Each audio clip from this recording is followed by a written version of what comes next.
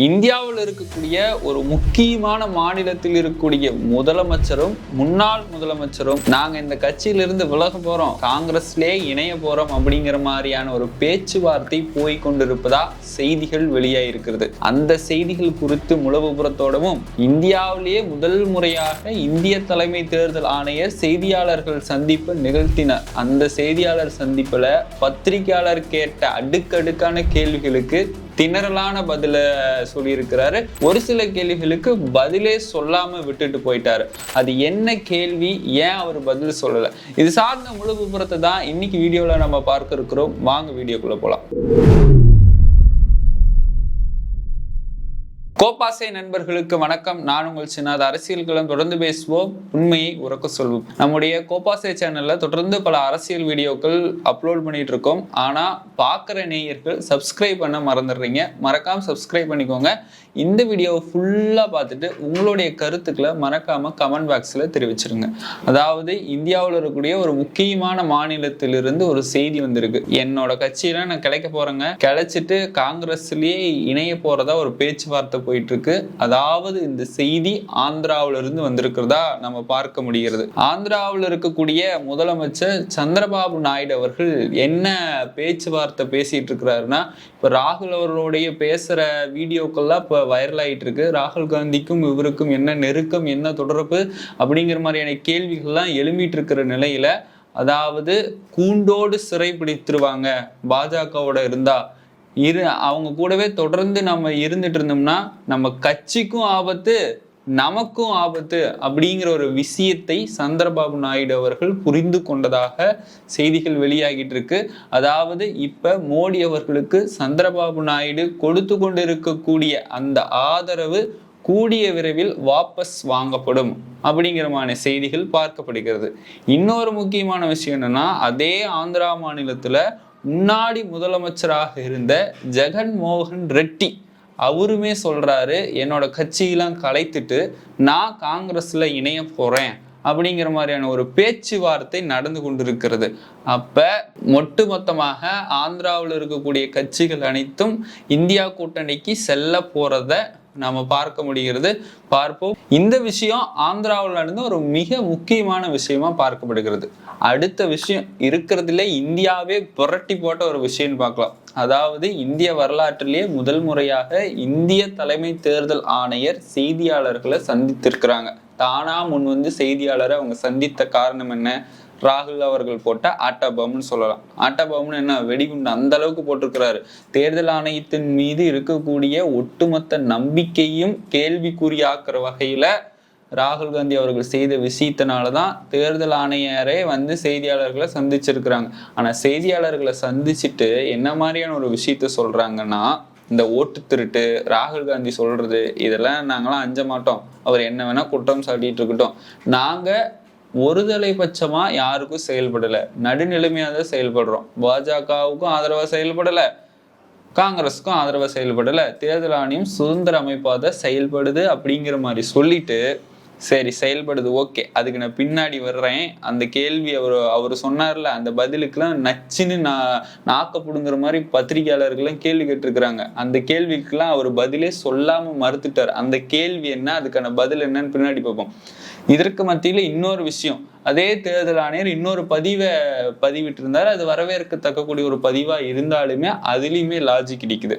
அதாவது நாடாளுமன்ற தேர்தல் முடிஞ்சிச்சு, சட்டமன்ற தேர்தல் முடிஞ்சிச்சு, இப்ப தேர்தல் முடிந்த அப்பவே இந்த வாக்கு திருட்டு நீங்க கண்டுபிடிச்சு சொல்லியிருக்க வேண்டியதானே, நாங்க திருத்தி இருப்போம் அப்படிங்கிற மாதிரி தேர்தல் ஆணையர் சொன்னார். அதை அப்பவே சொல்றதுக்கு தானே டிஜிட்டல் பட்டியல கேட்டாங்க ராகுல் காந்தி. ஆனா நீங்க தான் கொடுக்கவே இல்லையே, அதை நாங்கள் கொடுக்க முடியாதுன்னு சொல்லிட்டுமே. சிசிடிவி ஃபுட்டேஜ் கேட்டோமே, அதையும் நீங்கள் கொடுக்க முடியாதுன்னு சொல்லிட்டீங்களே.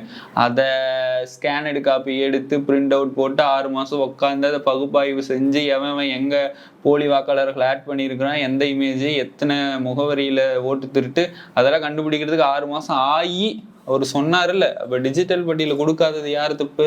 அவரு தப்பா இவங்க தப்பா? இப்போ டிஜிட்டல் பட்டியல நீங்க யாருக்கு கொடுத்துருக்கிறீங்க அந்த விஷயமும் தெரிய வருது. அதை தான் முதல் கேள்வியா பத்திரிகையாளர் கேட்கிறாரு. என்ன கேள்வி கேட்கிறாரு? ராகுல் காந்தி இந்த வாக்கு திருட்டை அம்பலப்படுத்தினாருல்ல, அம்பலப்படுத்தும் பொழுது தேர்தல் ஆணையத்திலிருந்து ராகுல் காந்திக்கு நோட்டீஸ் போச்சு, பிரமாண பத்திரம் தாக்கல் பண்ணீங்க, அதுல சைனை போடுங்க, இந்த உறுதிமொழியை கொடுங்க, இல்லையா இந்திய மக்களுக்கு முன்னாடி மன்னிப்பு கேட்கணும் அப்படிங்கிற மாதிரி ராகுல் காந்திக்கு அனுப்புனீங்கல்ல, அதுவே ஏன் அனுராக் தாக்கூருக்கு அனுப்பல அப்படின்னு ஒரு பத்திரிகையாளர் கேள்வி கேட்டிருக்கிறாரு. சரி, அதுவே அந்த அனுராக் தாக்கூர் கிட்டத்தட்ட 2 நாள் ஒரே நாள்ல பட்டியலை மோசடி பண்ணாருல்ல, அது எப்படி பண்ணாரு? அதாவது டிஜிட்டல் பட்டியலை பாஜகவை சேர்ந்த அனுராக் தாக்கூருக்கு மட்டும் தேர்தல் ஆணையம் அந்த பட்டியலை வெளியிட்டு இருக்கிறாங்க. அதனாலதான் அவரு 2 நாள்ல இந்த மோசடி பண்ணாத ஏதோ ஒரு உருட்டல் புரட்டல் விட்டாரு. இதைதான் பத்திரிகையாளர் கேள்வி கேட்கிறாங்க. இதுல இருந்தே தெரியுது தேர்தல் ஆணையம் சுதந்திர அமைப்பா செயல்படல. ராகுல் காந்தி அவர்கள் கேட்டதுக்கு அவங்க டிஜிட்டல் பட்டியலை கொடுக்கல, அதுவே அனுராக் தாக்கூர் அவர்கள் கேட்டதுக்கு கொடுத்துருக்குறாங்க. முதல் செக்லயே அவர் முடிஞ்சிட்டாரு. 2வது கேள்விதாங்க மிக முக்கியமான கேள்வி. இந்த பீகார்ல ஸ்பெஷல் இன்டென்சிவ் ரிவிஷன் நடத்திட்டு வரீங்கல்ல, அது முக்கியமா யாருக்காக எதுக்காக நடத்தப்பட்டுச்சுன்னு தேர்தல் ஆணையம் என்ன சொன்னாங்க? வெளிநாட்டுல இருந்து இங்க ஓட்டு போட்டுருவாங்க, அவங்களை கண்டுபிடிக்கிறதுக்காக தான் இந்த ஸ்பெஷல் இன்டென்சிவ் ரிவிஷன், அதுக்குதான் நாங்க நடத்துறோம்னு சொன்னீங்களே, எத்தனை வெளிநாட்டு மக்களை நீங்க கண்டுபிடிச்சிருக்கிறீங்க, அதற்கான பட்டியல்ல உங்ககிட்ட இருக்கா அப்படிங்கிற மாதிரி பத்திரிகையாளர் கேள்வி கேட்டாங்க.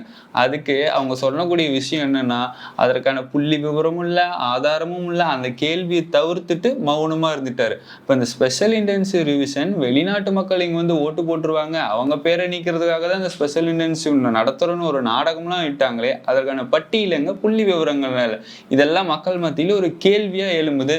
ஆனா தேர்தல் ஆணையரோட செய்தியாளர் சந்திப்பில் தவிர்க்கப்பட்ட கேள்வி மற்றும் பதிலா அதெல்லாம் பார்க்கப்படுகிறது. அப்ப மக்கள் சிந்திக்க வேண்டும். இதை எதிர்த்து தான் இந்தியா கூட்டணி தேர்தல் ஆணையர், இந்திய தலைமை தேர்தல் ஆணையர் ஞானேஷ்குமார் அவர்கள் பதவியை நீக்க வேண்டும் அப்படின்னு சொல்லிட்டு நாடாளுமன்றத்துல நாங்க போராட போறோம் அப்படிங்கிற மாதிரியான ஒரு தரப்பை இன்னைக்கு வெளியிட்டு இருக்கிறாங்க. நிச்சயமாக இந்திய தலைமை தேர்தல் அதிகாரி பதவி நீக்கம் செய்யப்படுவாரா, இல்ல தேர்தல் ஆணையத்தின் மோசடியின் மூலமா மாட்டிக்கொள்வாரா, எதிர்கட்சிகள் எழுப்பக்கூடிய கேள்விகளும் பதில்களும் மக்கள் மத்தியில் ஒரு விழிப்புணர்வை ஏற்படுத்திட்டு இருக்கு.